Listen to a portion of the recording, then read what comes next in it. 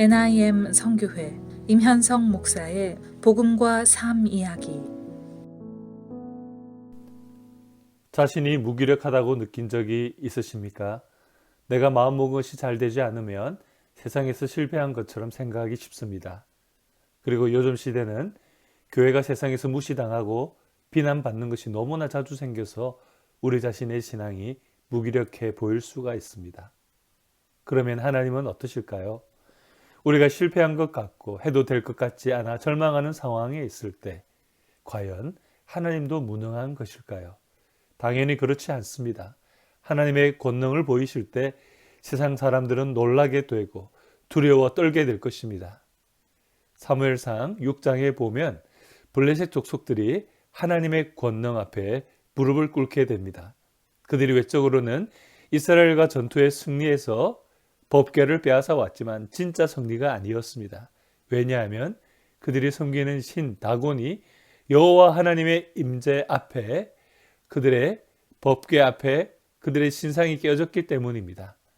그리고 여호와의 궤를 옮기는 블레셋 사람들의 성읍마다 재앙으로 사람들이 독종에 걸려서 고통을 받게 됩니다. 그렇게 법궤를 블레셋으로 빼앗아 온 지 그들은 7개월 동안 고통에 시달립니다. 하나님이 주신 재앙을 어떻게 피할지 그들 안에서 이렇게 저렇게 돌려 막아보려고도 했습니다. 그러나 제대로 된 해결도 하지 못한 채 그렇게 시간이 지나겠다는 것입니다. 그런데 그들이 지금 그들의 고통이 끝날 방법을 그들의 제사장과 점치는 복술가들을 불러서 묻습니다. 그리고 그들이 가르쳐준 대로 법궤를 돌려보내는 행동을 취합니다. 우리는 우리 자신의 문제, 교회의 잘못을 발견할 때는 반성해야 됩니다.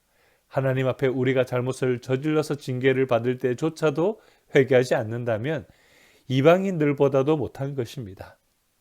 블레셋 사람들은 자신들이 당하는 재앙의 원인을 자신들이 빼앗아 온 법궤에 있다고 생각하고 그리고 이것을 해결하려고 합니다.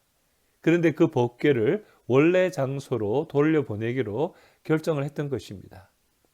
그들은 법궤를 거저 보내지 말고 속건제를 드리는 것처럼 금으로 만든 독전과 지 모양의 제물을 그 방백의 수대로 5개씩 만들어 보내라고 사죄하는 행동을 표현하라고 말합니다. 블레셋 제사장들과 복술가들은 이스라엘이 애굽에 나올 때의 상황을 언급하면서 애굽 왕 바로처럼 재앙을 계속 당하면서 끝까지 고집을 부리다가 어리석게 행하는 사람이 되지 말라고 합니다.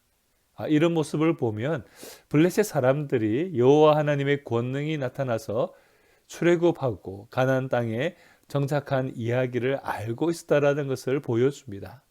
하나님의 권능에 대해서 들었으면서도 그들은 자신의 욕심대로 이스라엘과 전쟁을 했고 하나님을 대적했던 것입니다. 알면서도 죄를 짓는 어리석은 행동을 했고 그들이 눈에 보기에 잠깐의 승리를 거두었지만 사실 결국은 하나님 앞에 그들이 망령되이 행하다가 재앙을 받은 것입니다. 그들은 초자연적인 재앙 앞에서 애굽의 바로 왕보다는 빨리 돌이키고 재앙을 면할 그런 반성을 하게 되는 것을 오늘 발견하게 됩니다. 여러분, 우리가 잘못으로 당하는 징계가 있습니다. 만약 혹시 그런 깨달음이 있다면 빨리 회개함으로 주님 앞에 고침받아야 됩니다. 히브리서 12장 10절부터 13절 말씀에 이렇게 기록하고 있습니다. 그들은 잠시 자기의 뜻대로 우리를 징계하였거니와 오직 하나님은 우리의 유익을 위하여 그의 거룩하심에 참여하게 하시느니라. 무릇 징계가 당시에는 즐거워 보이지 않고 슬퍼 보이나 후에 그로 말미암아 연단받은 자들은 의와 평강의 열매를 맺느니라. 그러므로 피곤한 손과 연약한 무릎을 이렇게 세우고 너희 발을 위하여 곧은 길을 만들어 저는 다리로 하여금 어그러지 않고 고침을 받게 하라. 하나님께서는 우리의 잘못된 부분들이 있을 때 우리의 유익을 위하여 하나님의 거룩하심에 참여하도록 우리를 징계하십니다. 하나님 앞에 우리의 잘못이 있다면 회개하며 하나님께서 믿음의 사람들에게는 승리를 주신다는 것을 기억합시다. 세상의 모습이 하나님을 대적해 이길 수가 없습니다. 하나님의 살아계심과 그분의 거룩하심을 신뢰하고 주님이 주신 말씀대로 신실하게 살아가며 하나님을 높이는 우리 모두가 되기를 소망합니다. 지금까지 NIM 선교회 임현성 목사의 복음과 삶 이야기였습니다.